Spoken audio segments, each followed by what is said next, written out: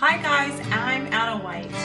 Today I'm going to show you how to make pull-out kitchen cabinet drawers. I used the shelf that came with the cabinet when we actually built the cabinets, but the shelf that was in the cabinet as the bottom of the pull-out drawer. So all I had to buy was the drawer slides and some 1/2-inch plywood to make up the sides for it. So in this tutorial, I'll show you how simple and easy it is to make this beautiful pull-out cabinet door in just a couple hours. I started by measuring the opening for my cabinet. I've got face frame cabinets, so I'm measuring the inside of the face frame. Then I took my shelf out and I cut it down to size, so the width was the opening minus 1 inch for the drawer slides, minus another inch for the 1/2-inch plywood sides that I'll be using for the sides of the pull-out drawer. I'm using a square clamped to my plywood as a guide for my circular saw to cut alongside. It's 1 inch away from the line because the foot of my saw extends 1 inch past the blade. Notice the piece of foam underneath the saw. That's supporting the plywood as I cut and also not allowing me to cut into the workbench. I also ripped 3-inch wide pieces of 1/2-inch plywood for the sides at this point. Now it's time to start building the pull-out drawer. I cut the 3-inch pieces down to size for the sides of the pull-out drawer using my miter saw. Then I used 1 1/4 inch staples and my Ryobi Airstrike stapler and glue to attach the side 1/2-inch thick plywood pieces to the former shelf, which is now becoming the pull-out drawer bottom.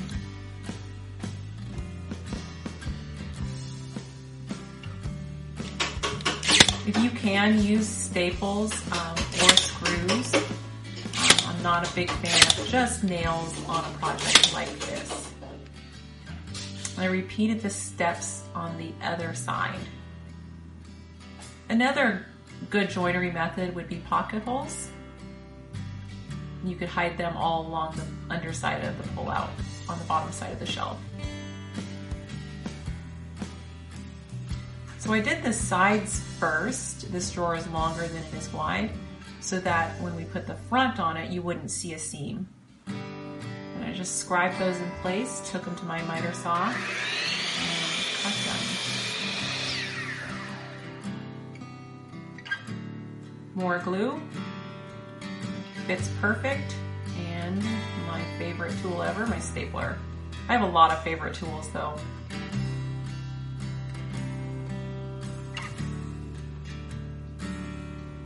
It's a little tricky here trying to staple into that 1/2-inch plywood.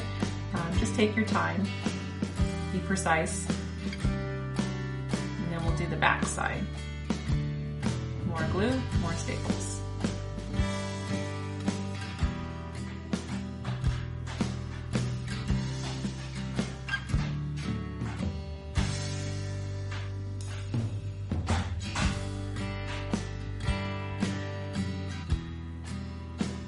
My pull-out drawer box is done. I quickly gave it a light sanding just to remove any splinters and kind of polish it off and make it look nice. I'm using my corner cat sander that I love. It fits nice into all the little corners. Now would be a good time to apply a clear coat finish to your pull-out drawer. Okay, now for the drawer slides. I read the instructions on these ones. Make sure you read your instructions because all are different. It says to separate out the cabinet member from the drawer member. The cabinet members are the little guys the drawer members are the little guys and the cabinet members are the big guys. Now to install the cabinet members, now to install the drawer members on the drawers. I'm installing them 1 inch up from the bottom of my pull-out drawer, about a 1/16 inch back from the front as instructed by the drawer slides.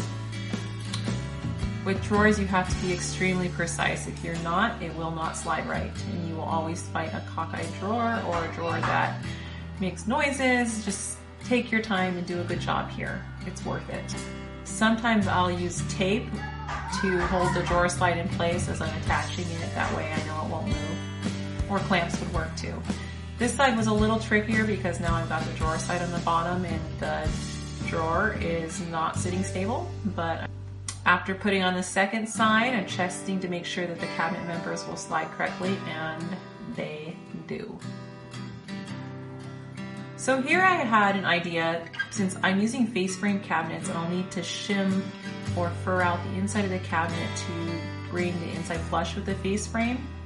And that distance was 1/2 inch, so I'm using 1/2 inch plywood. So I thought, why not just attach the cabinet members to the 1/2 inch thick furring material, and then I can attach the entire cabinet member and furring material piece inside the cabinet as one. And I'll use the shelf pins to hold up the shims with the cabinet members on them. We'll see how it works.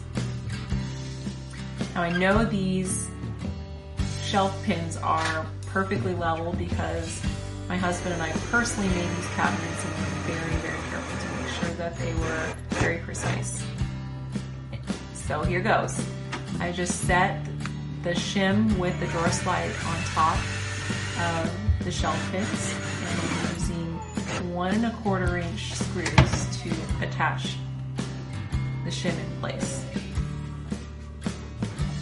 Both my drawer slides are now installed, and let's check and see if that drawer fits. Oh, it does.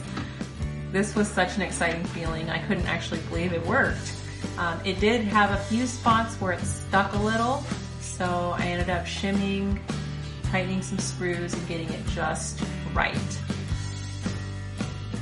I love how this pull-out drawer turned out. That's it. Well, never mind all my mix match pots and pans, but this project is done, and it makes finding the lids a lot easier. And because I could place this higher since it's a pull-out, it gave me more space down below. So I can't encourage you enough to customize your kitchen cabinets and make them just a little bit nicer and more functional.